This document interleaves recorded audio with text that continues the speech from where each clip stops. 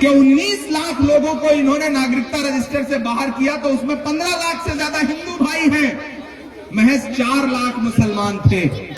लेकिन चाणक्य जी की सारी चाणक्य ही लगातार उल्टी पड़ रही है आजकल।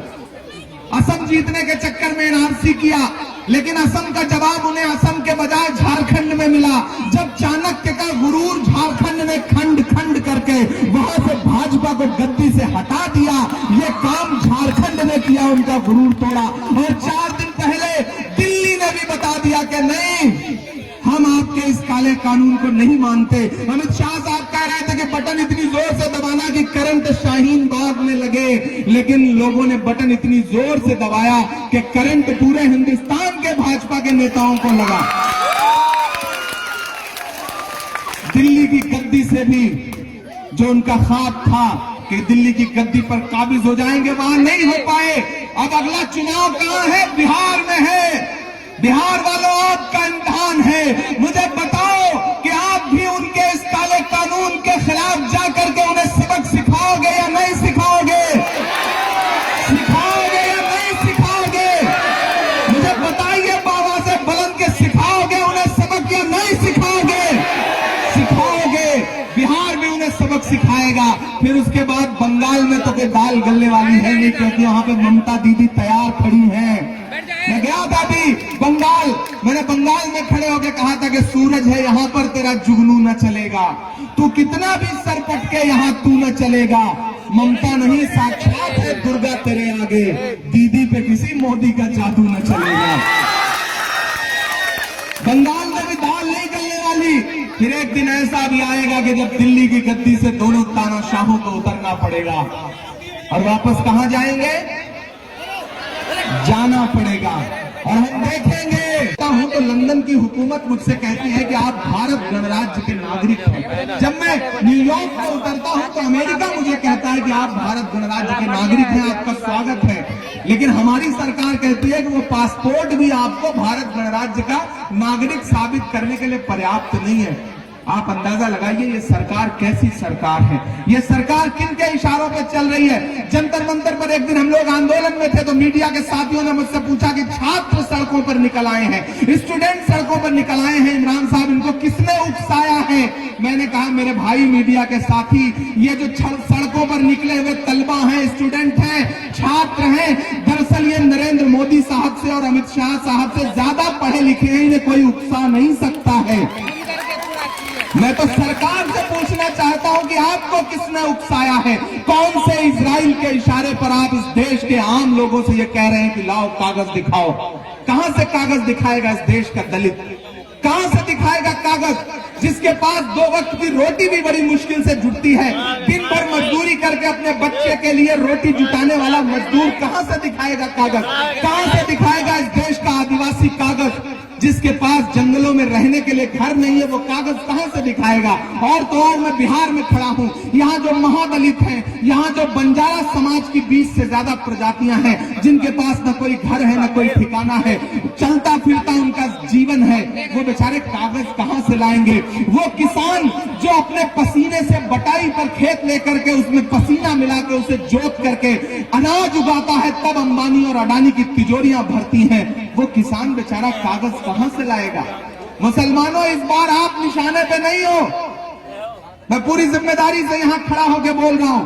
बहुत सारे वक्ता इससे पहले आए होंगे जिन्होंने कहा होगा कि नहीं मुसलमान बड़ा खतरे में है। नहीं, इस बार मुसलमान निशाने पर नहीं है। मुसलमान तो तब निशाने पर था जब 3 तलाक के खिलाफ कानून बन रहा था। मुसलमान तो तब निशाने पर था जब फैसला मनचाहा आ रहा था। मुसलमान तो इससे पहले कई बार हुकूमत के निशाने पर था। इस बार इस देश का दलित निशाने पर है, इस बार इस देश का किसान निशाने पर है, इस बार इस देश का पिछड़ा निशाने पर है, इस बार इस देश का आदिवासी निशाने पर है, मजदूर निशाने पर है। बाद में मुसलमानों का नंबर आएगा। मुसलमान इस बार उतना निशाने पर नहीं है। यह आंदोलन हमें नई नई बातें सिखा रहा है। यह आंदोलन हमारी बहनों और बेटियों के लिए एक नई तारीख लिखने का आंदोलन है। मैं सलाम कर रहा हूं आपको हजारों की तादाद में देख करके मैं इतना खुश हूं आज कि मुझे बिल्कुल उम्मीद नहीं थी कि इतनी बड़ी तादाद में मुझे यहाँ महिलाएं नजर आएंगी। सलाम आपको एक बार फिर से पूरे हिंदुस्तान की जानिब से आपको सलाम करता हूँ। मैं आज के बाद हिंदुस्तान के जिस शहर में जाऊंगा, मैं आपके इस आंदोलन का जिक्र करूंगा, आपका नाम लूंगा और बताऊंगा कि सिमरी बख्तियारपुर का जो शाहीन बाग है वो अपने आप में बहुत बड़ा है। रानी बाग का शाहीन बाग अपने आप में बहुत बड़ा है। ये बात मैं पूरे हिंदुस्तान को बताऊंगा। मैं परसों केरल में था, मैं यहाँ से निकल के कटे, हम भारत के लोग, सारे लोग पढ़ेंगे मेरे साथ, ऐसे काम नहीं चलेगा।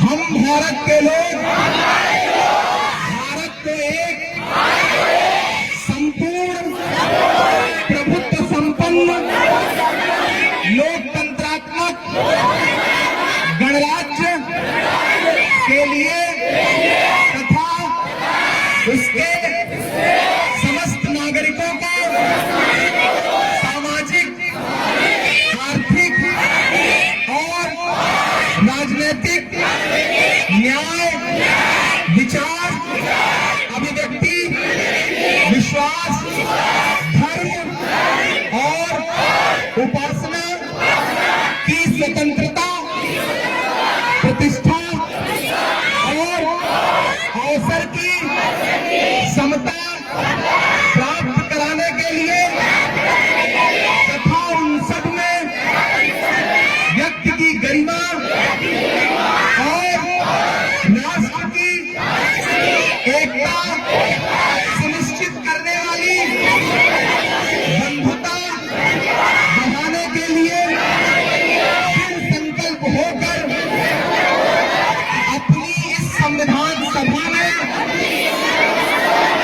आज तारीख 26 नवंबर 1949 ईस्वी को केतक द्वारा इस संविधान को अंगीकृत, अधिनियमित और आत्मार्पित करते हैं। बड़ा शुक्रिया। तो आपके अंदर उसका 10 गुना ज्यादा जुनून मुझे आज नजर आ रहा है। ये जोश और जज्बा बरकरार रखिएगा कि मेरा मस्कन मेरी जन्नत को सलामत रखना, मेरा मस्कन। अगले जो मिसरा आएगा ना, बस उस पे आपकी दुआएं मुझे चाहिए, पहुंचाइएगा नफरत करने वाली तमाम ताकतों तक कि मेरा मस्कन मेरी जन्नत को सलामत रखना, मेरे मौला मेरे भारत को सलामत रखना, मेरी जन्नत को सलामत रखना, मेरे मौला मेरे भारत को सलामत रखना। पहला बंद करता हूं इस मर्ज का कि तूने नफरत का जो बाजार सजाया हुआ है, तू ये कहता है मुसलमान पराया हुआ है, तूने नफरत का जो बाजार सजाया हुआ है, तू ये कहता है मुसलमान पराया हुआ है। आधा दिल चीर के दिखलाऊं वतन का नक्शा, मेरा भारत मेरी सोच में समाया हुआ है, इस वतन से मेरी निस्बत को सलामत रखना, मेरे मौला मेरे भारत को सलामत रखना, मेरा मस्कन मेरी जन्नत को सलामत रखना। आजकल हर दिन कोई ना कोई ऐसे इनबॉक्स में सवाल पूछने आ जाता है, फेसबुक पे, ट्विटर पे, कि तुम तो पाकिस्तान की तरफ होगे, तुम्हारा तो नाम भी इमरान है। तो मेरे पास जवाब में कहने को बहुत कुछ होता है, लेकिन मैं उसे पलट के एक तस्वीर भेजता हूं और उससे इतना कहता हूं कि मेरे भाई तू जो मुझसे वतन परस्ती का सबूत मांग रहा है, ले मैं तुझे एक तस्वीर भेज रहा हूं। एक हिंदुस्तानी मुसलमान है, वो हज करने गया है और वो खाने काबा के सामने अपने हाथों में तिरंगा लेकर के खड़ा है। मैंने तस्वीर काट के उसे भेजता हूं और नीचे बस इतना लिखता हूं कि मुझसे वतन परस्ती का सबूत मांगने वाले मेरे भाई देख, मैंने तो ऐसी जगहों पर भी तिरंगा फहराया है जहां कदम रखने की तुम्हारी हैसियत भी नहीं है। तब मैं बंद पढ़ता हूं, अम्मी आप खड़ी हो जाइए। कुछ बुजुर्ग अम्मियां अभी बैठी हुई हैं, मैं उनसे गुजारिश करूंगा कि दादी, अम्मी, चाची, नानी जो भी हैं, आप सब अपनी जगह खड़ी हो जाएं, क्योंकि ये मीडिया वाले नहीं है। ये आंदोलन घूंघट वालियों का भी है, ये आंदोलन हिजाब वालियों का भी है, ये आंदोलन उन लड़कियों का भी है जो पढ़ रही है और सरकार जाना चाहिए। मैं सलाम करता हूँ। मैं आज यहाँ खास तौर से इसलिए आया कि मेरी माओ ने, मेरी बहनों ने, मेरी बेटियों ने यह बता दिया कि आप मजहब के आधार पर, यह आपका जज्बा है। मैं चाहता हूं यहाँ से वहां तक जितने मर्द हजरात यहाँ खड़े हैं, एक बार पूरे हिंदुस्तान की महिला आंदोलनकारियों के लिए हाथ उठा करके तालिबां तक पहुंचनी है, क्योंकि इस कानून के पास होने में जितने बड़े गुनहगार अमित शाह साहब और नरेंद्र मोदी साहब हैं, उससे कम नीतीश कुमार जी नहीं है। ये मैं पूरी जिम्मेदारी से कह रहा हूं।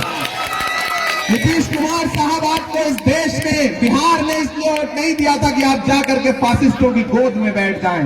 आप बैठ गए हैं। ऐसे में मैं यहां खड़ा होकर के पढ़ता हूं ये नज्म और आपसे गुजारिश करता हूं कि मेरे साथ गुनगुनाइएगा। कि सिर्फ मसले नहीं मज़हब-ए-दीन के, तुम तो कातिल हो भारत के आईन के, तुझसे जमहूरियत के गुनहगार को, तेरी सरकार को, तेरे परिवार को मैं नहीं मानता, मैं नहीं मानता, मैं नहीं मानता, मैं नहीं मानता। नहीं मानता यमुना गंगा, उच्छल जलधितरंगा, कलम शुभ नामे जागे, कलम शुभ नामे गाहे तब जय गाथा, जनगण मंगलदायक जय हे भारत भाग्य विधाता, जय हे, जय हे, जय जय जय जय हे।